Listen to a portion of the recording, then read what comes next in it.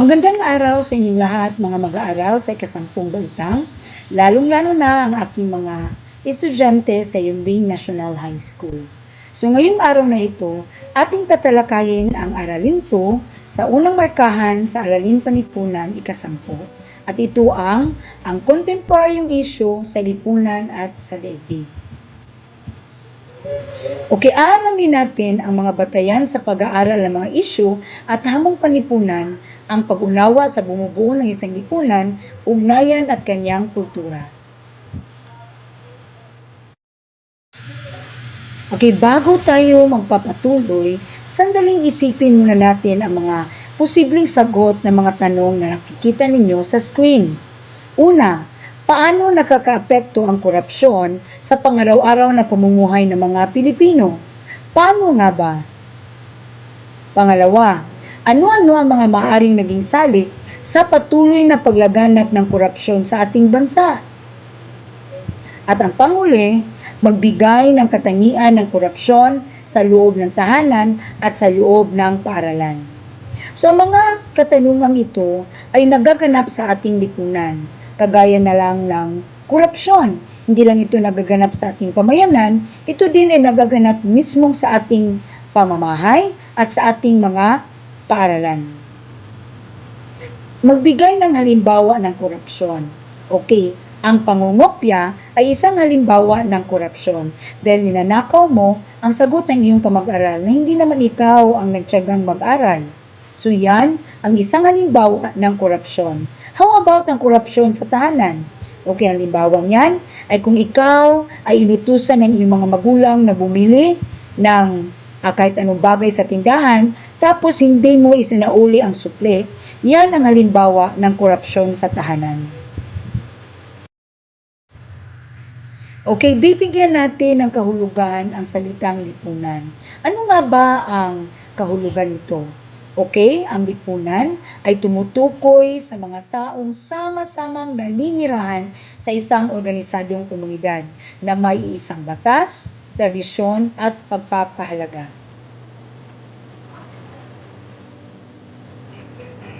Ayon kay Emil Durkheim, na isa sa mga sociologist, binigyan niya ng kahulugan ang salitang lipunan.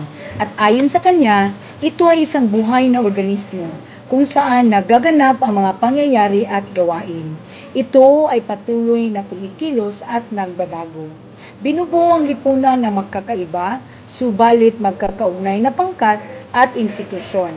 Ang maayos na lipunan ay makakamit kung ang bawat pangkat at institusyon ay gagampanan ng maayos ang kanilang tungkulin.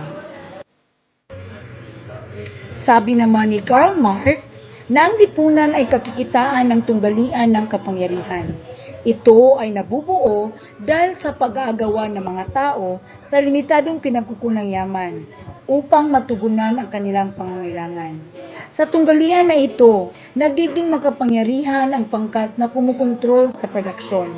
Bunga nito, nagkakaroon ng magkakaiba at hindi pantay na antas ng tao sa lipunan na nakabatay sa yaman at kapangyarihan. Sabi naman ni Charles Coley, na isa din sa mga sociologist, na ang lipunan ay binubuo ng tao na may magkakawing na ugnayan at tungkulin. Nauunawaan at higit na nakikilala ng tao ang kanyang sarili sa pamamagitan ng pakikisalamuha sa iba pang miyembro ng lipunan. Makakamit ang kaayusang panlipunan sa pamamagitan ng maayos na interaksyon ng mga mamamayan. Magkakaiba man ang pagpapakahulugan sa lipunan, makikita na ang mga sosyologong ito ay nagkakaisa na ang lipunan ay binubuo ng iba't ibang institusyon, ugnayan at kultura. Bilang mag-aaral, mahalagang maunawaan mo kung ano-ano ang bumubuo sa lipunan. Sa pag-aaral natin sa contemporaryong issue sa lipunan, mahalagang malaman natin ang mga elemento ng strukturang panlipunan. Ito ay may 4. Una, institusyon. Pangalawa, social groups. Pangatlo, status o social status. At pang-4, gampanin o roles. Okay, bigyan natin ng pagkahulugan ang salitang institusyon. bilang isa sa mga apat na elemento ng strukturang panlipunan. Ang institusyon ay isang organisadong sistema ng ugnayan sa isang lipunan. At ang ating institusyon sa ating lipunan ay may 5. Ito ay ang mga sumusunod. Una, pamilya. Pangalawa, relihiyon. Pangatlo, edukasyon. Pang-apat, ekonomiya. At ang panghuli ay pamahalaan. Ito yung mga itinuturing na institusyon sa ating lipunan. At ang ating institusyong panlipunan ay binubuo naman ng mga social group. Ano ba ang social group?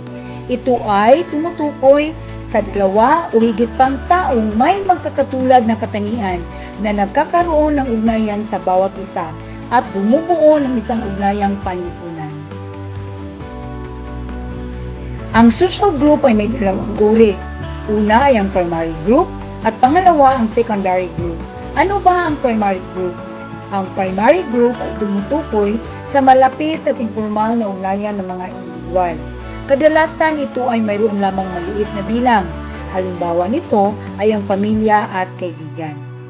Ano naman ang secondary group? Okay, sa kabilang banda, ito ay binubuo ng mga individual na may formal na ugnayan sa isa't isa. Halimbawa dito ay ang mga guro at mga estudyante. Ang pangatlong elemento ng strukturang panlipunan ay ang status. Kung ang institusyong panlipunan ay binubuo ng mga social groups, ang mga social groups naman ay binubuo ng iba't ibang status. Okay, ano ba ang ibig sabihin ng status? Ito ay tumutukoy sa posisyong kinabibilangan ng isang individual sa lipunan. Ang status ay may 2 uri.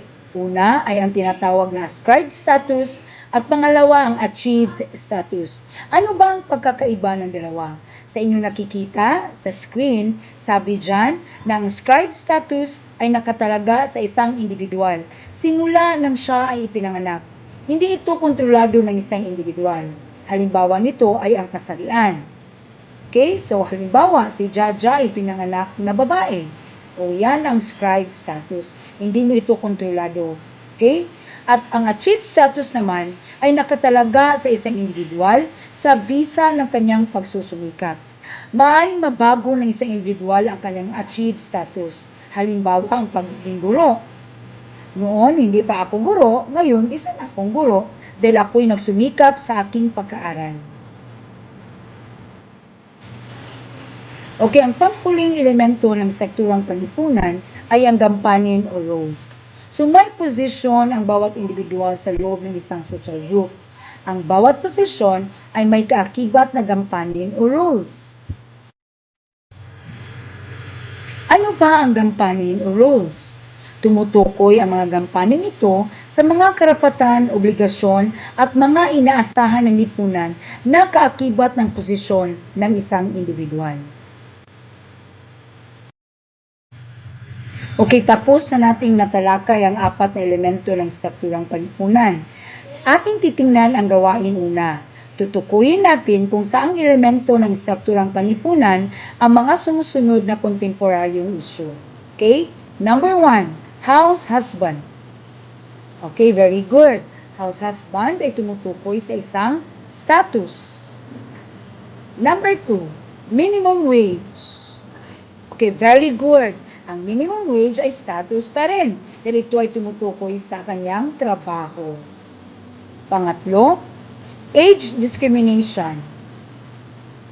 Okay, very good. Age discrimination ay tumutukoy sa social group. Okay? Kung ikaw ay bata, so nabilong ka sa grupong ng mga kabataan. Number 4, LGBT. Okay, very good. Ang LGBT ay tumutukoy sa elementong social group. Number 5, divorce. Very good. Ang divorce ay status. From being married at naghiwalay. Okay? So, naiba ang iyong status. Pang-6, domestic violence. Ano ba ang ibig sabihin ng salitang domestic? Ito yung sa loob ng tahanan. Nagaganap ang violence sa loob ng tahanan. So, anong elemento ito nabibilang? Okay, very good. Domestic violence ay nabibilang sa status pa rin. Okay, number 7, drinking at driving. Okay, ang drinking at driving ay elemento na status. Pangwalo, RH law. Okay, ano ba ito? RH law. Okay, very good.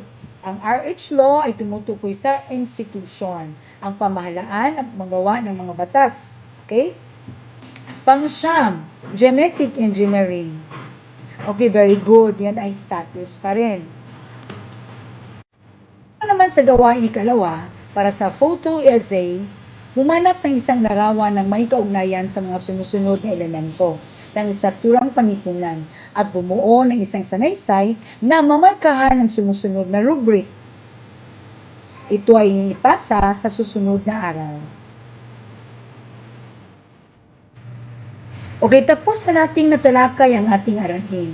Ano ba ang kahalagahan ng ating kamalayan sa kaugnayan ng mga istrukturang panlipunan at paano ito makakatulong sa lipunang ating ginagalawan?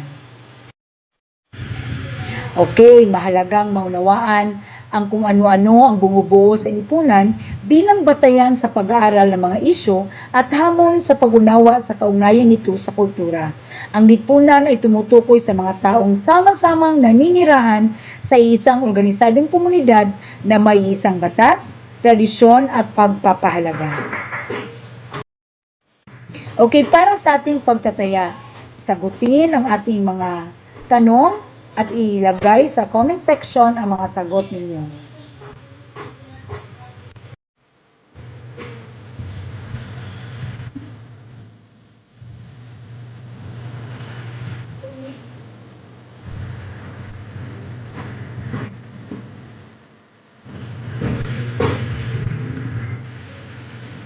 Maraming salamat sa inyong pakikinig. Naway kayo'y may natutunan sa ating aralin ngayon. Hanggang sa muli, ito ang inyong guro na si Teacher Remy. Paalam!